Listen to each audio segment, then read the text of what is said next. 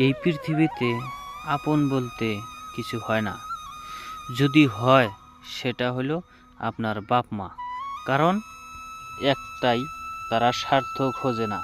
এই পৃথিবীতে যাক আপনার জীবনের থেকেও বেশি ভালোবাসেন, সেও একদিন এমন আঘাত করবে আপনাকে, দুনিয়ায় পয়সা থাকা আর না থাকা একই সমান হবে। তাদের জন্যে এই পৃথিবীতে এত কষ্ট করতেছেন, দিন শেষে দেখবেন সে আপনাকে মূল্যায়নই করে না। কারণ একটাই, এই পৃথিবীতে আপন বলতে কিছু হয় না।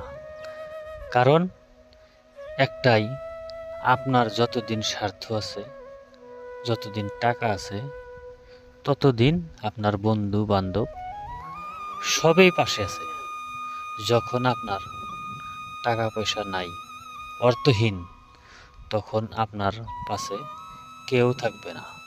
টাকা আছে, বন্ধু বান্ধব সব আছে, টাকা নাই, আপনার কেউ নাই এই পৃথিবীতে, শুধু আপনি একা।